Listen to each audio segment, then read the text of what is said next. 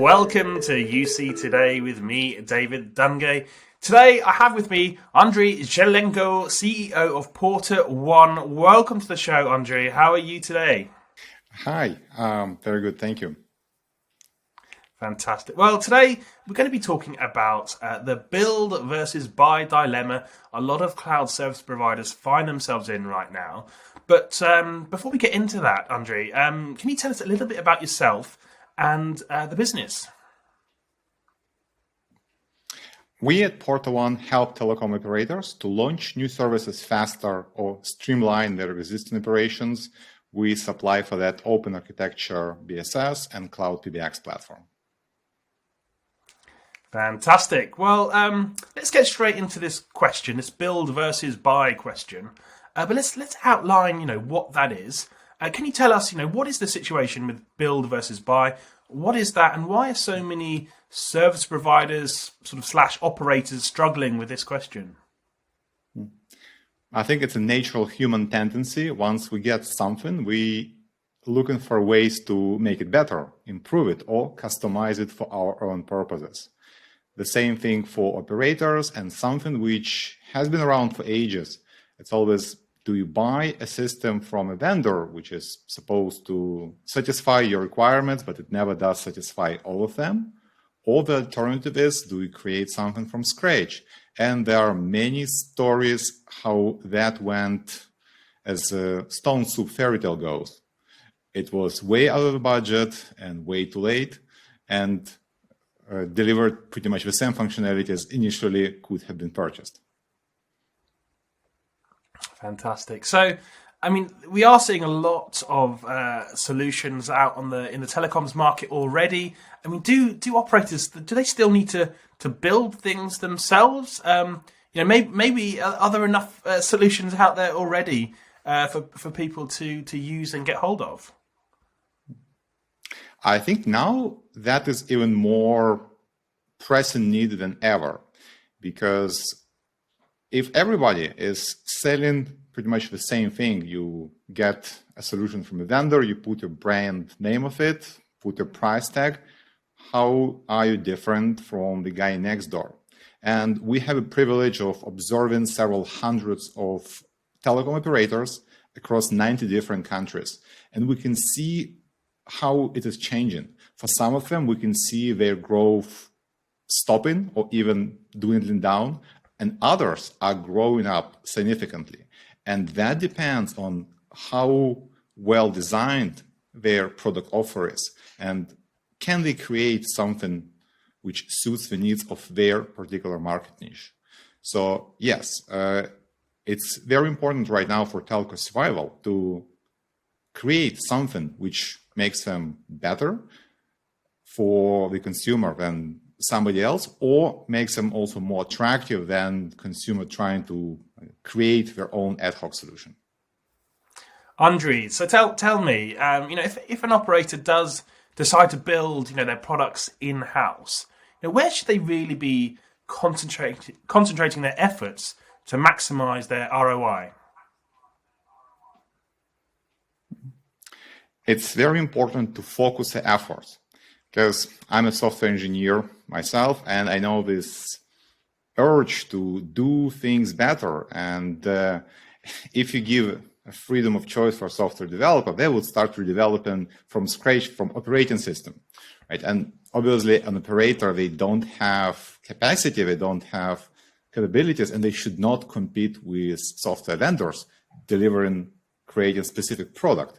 They probably would never have big enough team and ability to do it properly. So instead, they should think, okay, which components are already there? Can we take them and can we combine them into a vertical solution, meaning starting from something which relates to low-level network infrastructure, going into application processing, into data analytics, and then package it to something which makes sense for the end user, something they are actually willing to pay for. One of our customers, they started 8 years ago with the smallest possible system we were ever selling. And they grew to have an operating two of the largest configurations in both US and UK. And what we did, they said, we're not going to be selling telephony because everybody sells telephony. We're going to be selling a productivity package within CRM. So we're selling, obviously, phone calls at the very bottom. But then it was CRM, integrations, analytics, packaged into something which makes sense for a business owner. And they did it with about 20 CRMs, and they plan to do with 50 or 100 more. And that's the secret of the growth. So think about what is that combination where is the value for the end user that they're willing to pay for. Yeah. So, I mean, these verticalized solutions, what impact is this going to have on that partner ecosystem beneath? A lot of partners, that's where they derive quite a lot of their value, from verticalizing or specializing. What is that impact on that ecosystem? Mm-hmm. For channel partners, ideally, this should be like a template or a blueprint. They can make some adjustments, and they can start selling. So they don't have to be reinvented in every single situation. And for technology partners, also, it should give them a bit of relaxation from doing a lot of this customization and development for individual telcos. And again, as a software vendor with 20 years of experience, I know how everybody hates it. But so far, there was no way out of it. Telcos, they don't like this professional services customizations because they know it's probably going to be a bit slow and more than they're willing to pay. Vendors, they don't like it because it takes out their focus on their product roadmap. But they have to divert resources to make this customer project successful. So now the idea is, if vendors make efforts, if we provide APIs and open architecture, we even provide source code, but to give ability for somebody to create these building blocks, which then are easier to put together and apply in real practice. Recently, we launched a Don Mart initiative, and that's the idea, a vendor which develops some nice application, CRM integration, video conference, and anything. They can package it as a container, and then any telco can deploy it in a cloud with just a few mouse clicks, connecting to their system, and again, not spending time and efforts on doing local integrations. So bringing it back to this build versus buy question, what are we seeing? What are the changes that we've seen more recently with this situation? Few things made it more affordable and easier to use for operators around the world. First would be the proliferation of web-based APIs, open API standard. So now we don't have to deal with those proprietary things and having developers or somebody to relearn and rediscover things for every new vendor. That's a great step forward. And then we have efforts to standardize it and make it compatible even further. For instance, TM Forums initiatives for their APIs or even eTOM. It allows different vendors and different telcos to actually start speaking similar language, right? And being able to understand each other. And finally, low-code and no-code tools.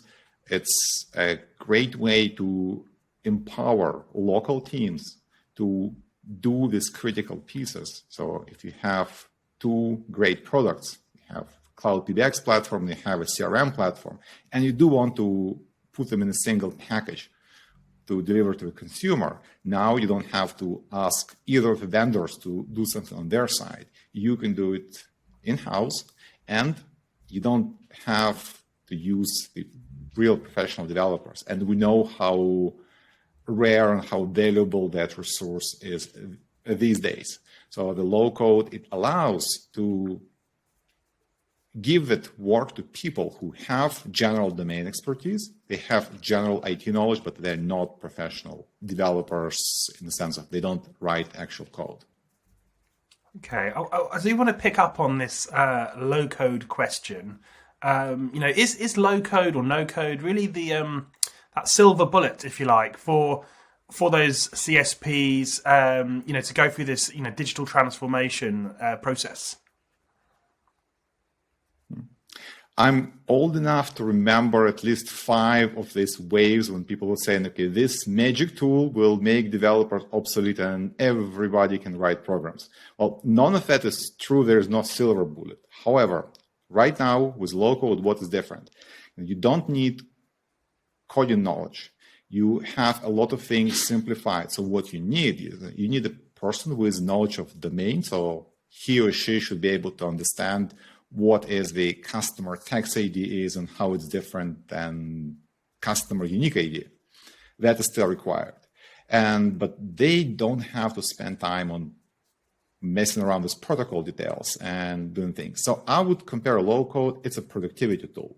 So if you give it to a professional, they can do 10 times more work. If you give it to a novice doing home repairs, they can probably do things they would not be able to do otherwise. However, if you give it to a person who is not properly understanding what needs to be done, they can do a lot of damage to a house. So it's not a silver bullet, but it greatly increases the amount of work internal teams can do. Okay. I mean, it sounds like an incredibly useful tool, to get these products used in the right manner, as you mentioned. But I mean, are there any pitfalls for using low code type processes? I had recently a lot of experience participating in various projects run by, some of them was run internally, some of those were run by telcos. So problem number one, which sometimes people don't realize, using low code or using traditional code, it does not substitute the phase of business analysis. You need to understand what actually needs to be done and how it should be working. And if you jump right into low coding, and most likely it's not going to be working correctly, or you will have to spend a lot of time redoing it later on. And the second thing, as I said, you don't have to be a programmer, so you don't have to need to have a degree in computer science and things like that. But certain amount of thinking about the algorithm as sequences, it's still required. And sometimes people, project managers, they don't understand this and they think, okay, well, we have this resource, let's put them to work. And then the results are fundamentally different between different people.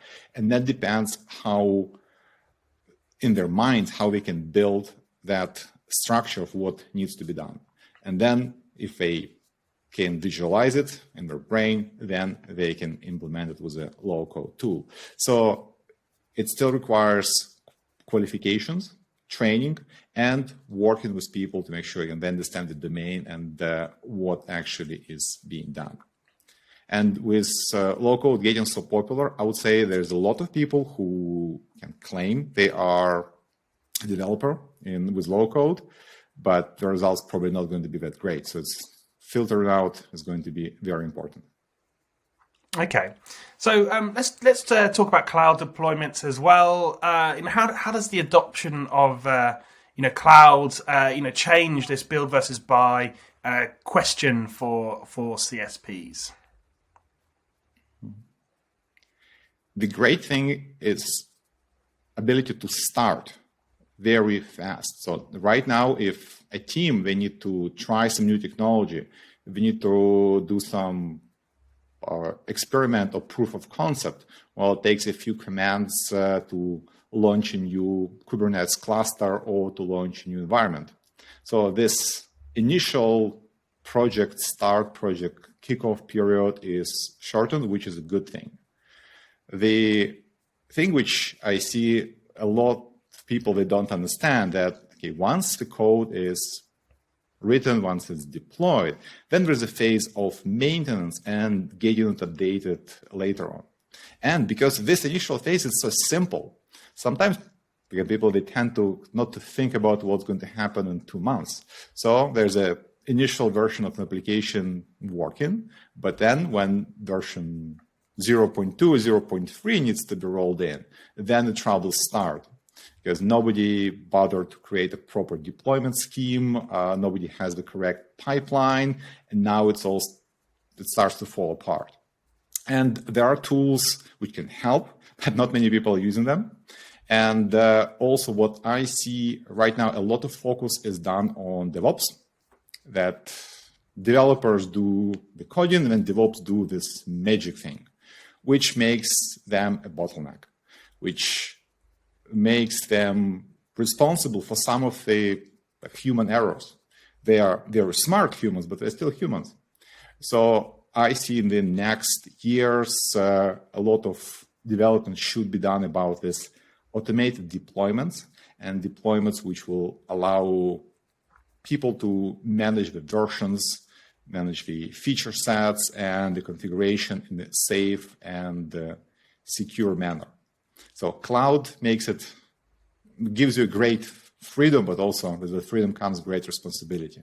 And the last thing is, and there are plenty of horror stories about this, because, well, if you have a server in a rack, the worst thing would happen if you overload it, it just starts working slowly. There are plenty of stories about people running way too many computing resources and receiving huge bill from a cloud provider just because the application wasn't designed properly, wasn't monitored properly.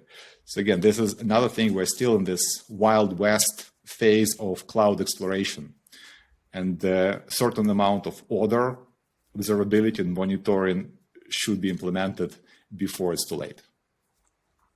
Well, it may be a wild, wild west, but it's a fascinating area to watch unravel anyway. So, Andriy, I think that's a great place to end today's discussion.